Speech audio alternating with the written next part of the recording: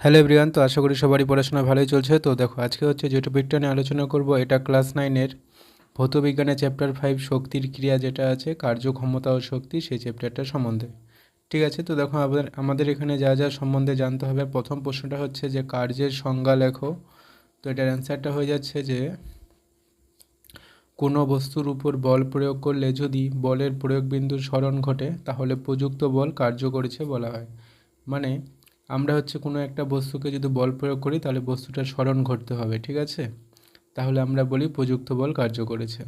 এবার দেখো তারপরে ব্যাকেটে যেটা বলা আছে, প্রযুক্ত বল এবং বলের অভিমুখে প্রয়োগ বিন্দু স্মরণের গুণফলই হলো কৃতকার্যের পরিমাপ।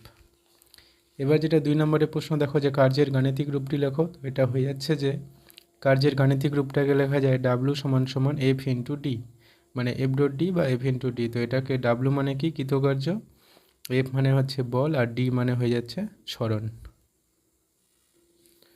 তো এবার দেখো যেটা 3 নম্বরে প্রশ্ন আছে, যে দুটি ভেক্টর রাশি নিয়ে গঠিত একটি স্কেলার রাশির নাম। তো এটা অ্যান্সারটা হয়ে যাচ্ছে কার্য। কার্য যে আছে এখানে দেখো, বল আর স্মরণ দুটাই হচ্ছে ভেক্টর রাশি, কিন্তু এই দুটার গুণফল নিয়ে গঠিত যেটা কার্য সেটা হচ্ছে স্কেলার রাশি, এটাই বলা আছে এখানে, ঠিক আছে। এবার দেখো যেটা 4 নম্বরে প্রশ্ন আছে, যে কার্যের এসআই এবং সিজিএস একক কী।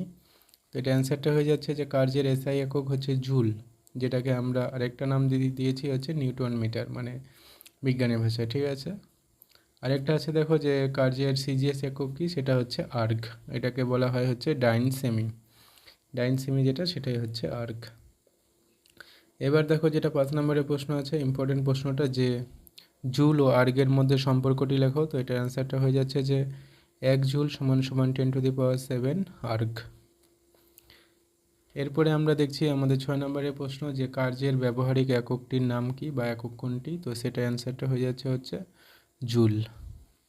7 নম্বরের প্রশ্নটা দেখো, যে কার্যের মাত্রাটি লেখো। তো কার্যের মাত্রা যেটা, সেটা আমরা যেটা লিখলাম 2 নম্বরের প্রশ্নে, যে ডাব্লু সমান সমান এফ ডট ডি, সেখান থেকেও বের করা যায়, ঠিক আছে। তো সেটা কার্যের যেটা মাত্রা সেটা হয়ে যাচ্ছে ml/t-2। এখানে এম এর পাওয়ারে কী আছে দেখো, 1, ঠিক আছে, যেটা না লিখলেও চলে। ml/t পাওয়ারে হচ্ছে -2, এটাকেই বলছি আমরা ml/t-2। এবার দেখো যেটা 8 নম্বরের প্রশ্ন, যে কার্য কত প্রকারের হয়। তো এটা অ্যান্সারটা হয়ে যাচ্ছে যে কার্য 2 প্রকারের হয়, যথাক্রমে একটা হচ্ছে বলের দ্বারা কার্য, আরেকটা হয়ে যাচ্ছে বলের বিরুদ্ধে কার্য। এরপরে দেখো যেটা 9 নম্বরের প্রশ্ন আছে, যে বলের দ্বারা কার্য কী। তো এটার অ্যান্সারটা হয়ে যাচ্ছে কোনো বস্তুর উপর বল প্রয়োগে বস্তুটির স্মরণ বলের অভিমুখে হলে তাকে বলের দ্বারা কার্য বলা হয়। উদাহরণ হিসেবে দেখো, যে কোনো বস্তুকে উপর থেকে নিচে ছেড়ে দেওয়া হলো, তাহলে সেটা বলের দ্বারা কার্য হয়, ঠিক আছে। তো যেটা 10 নম্বরের প্রশ্ন আছে, এবার দেখো, যে বলের বিরুদ্ধে কার্য কী। তো এটা অ্যান্সারটা হয়ে যাচ্ছে যে কোনো বস্তুর উপর বল প্রয়োগে বস্তুটির স্মরণ বলের অভিমুখের বিপরীতে হলে তাকে বলের বিরুদ্ধে কার্য বলা হয়। উদাহরণ হিসেবে দেখো, যে কোনো বস্তুকে আমরা হচ্ছে নিচ থেকে উপরে তুলছি, তাহলে দেখো আমাদের যেটা অভিকর্ষ বল সেটা নিচের দিকে কাজ করছে, আর আমরা বস্তুটাকে উপরের দিকে তুলছি, মানে দুই দিকে কাজ করছে, একটা বলটা হচ্ছে নিচের দিকে আর বস্তুর স্মরণটা হচ্ছে উপরের দিকে। তো এরকম যখন কার্য হবে সেটাকে বলা হয় বলের বিরুদ্ধে কার্য। এবার দেখো যেটা 11 নম্বরে মোস্ট ইম্পর্টেন্ট প্রশ্ন, যে কার্যহীন বল কি। তো এটা অ্যান্সারটা হয়ে যাচ্ছে বস্তুর উপর প্রযুক্ত বল যখন বস্তুর স্মরণের অভিমুখের সঙ্গে লম্বভাবে প্রযুক্ত হয় তখন ওই বল কোনো কার্য করে না, এই বলকে হচ্ছে কার্যহীন বল বলা হয়। মানে আমরা যেটা লিখলাম, যে ডাব্লু সমান সমান এফ ডট ডি, ঠিক আছে, এদের বল আর স্মরণ যে আছে এদের গুণফল, মানে এরা যদি 90 ডিগ্রি অ্যাঙ্গেল করে থাকে, ঠিক আছে, মনে করো এদিক দিয়ে আমার বলটা কাজ করছে আর স্মরণটা এদিকে ঘটছে, কথার মানে এরকম ঘটছে স্মরণটা, ঠিক আছে, 90 ডিগ্রি অ্যাঙ্গেল করে, তাহলে এদের যে কার্যটা হবে সেটাকে বলা হচ্ছে কার্যহীন বল।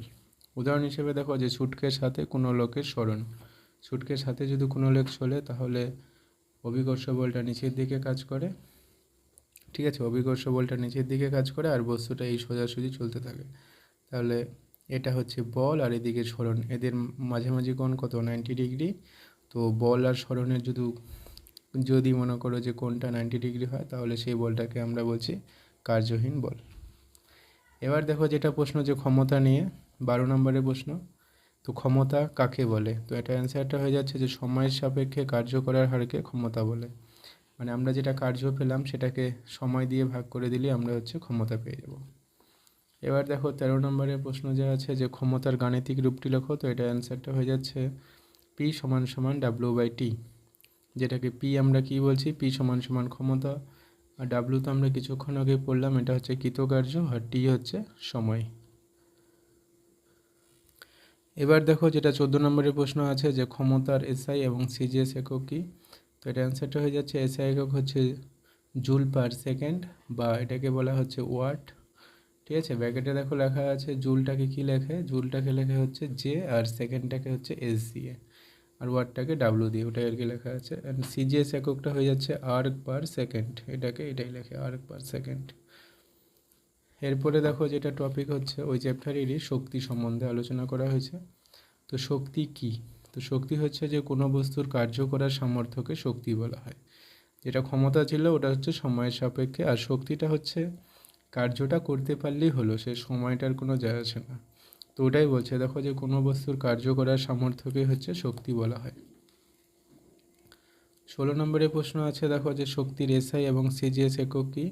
তো এটা হচ্ছে কার্যের যে আমরা এককগুলা পড়লাম আর শক্তির একক সেটা হচ্ছে অভিন্ন হয়, মানে কার্য ও শক্তির একক একই রকম, তো আমরা কার্যের এককটা এখানে লিখে দিতে হবে। 17 নম্বরের প্রশ্ন আছে দেখো যে যান্ত্রিক শক্তি কি? তো এটা অ্যান্সারটা হয়ে যাচ্ছে কোনো বস্তু তার আকৃতি, অবস্থান বা গতির জন্য বা এই তিনটির জন্যই কার্য করার যে সামর্থ্য অর্জন করে তাকে আমরা হচ্ছে যান্ত্রিক শক্তি বলি। বোঝা গেল ব্যাপারটা? এবার হচ্ছে দেখো যেটা যে 18 নম্বরের প্রশ্ন আছে যে যান্ত্রিক শক্তি কত প্রকারের হয়? তো এটা অ্যান্সারটা হয়ে যাচ্ছে যে যান্ত্রিক শক্তি দুই প্রকারের হয়, একটা হচ্ছে গতিশক্তি এবং আরেকটা হচ্ছে স্থিতিশক্তি। এবার প্রশ্ন হচ্ছে যে 19 নম্বরের প্রশ্ন যে গতিশক্তি কি? তো এটা অ্যান্সারটা হয়ে যাচ্ছে কোনো গতিশীল বস্তু তার গতির জন্য কার্য করার যে সামর্থ্য অর্জন করে তাকে আমরা হচ্ছে গতিশক্তি বলা হয়, তাকে গতিশক্তি বলা হয়। এর কথায় হচ্ছে যে কোনো গতিশীল বস্তুটা যে আছে তার গতির জন্য যদি কার্য করার সামর্থ্য লাভ করে সেটাকে হচ্ছে গতিশক্তি বলে। এবার দেখো যেটা আমাদের 20 নম্বরের প্রশ্ন আছে যে গতিশক্তির গাণিতিক রূপটি লেখো। তো এটা অ্যান্সারটা হয়ে যাচ্ছে ই সমান সমান হাফ এমভি স্কোয়ার। এটা হচ্ছে গতিশক্তির গাণিতিক রূপ, মানে কাইনেটিক এনার্জি ইংরেজিতে বলে। ই যেখানে আমার হচ্ছে গতিশক্তি, এম হচ্ছে ভর, আর ভি হচ্ছে আমার হচ্ছে ভেলোসিটি বা বেগ।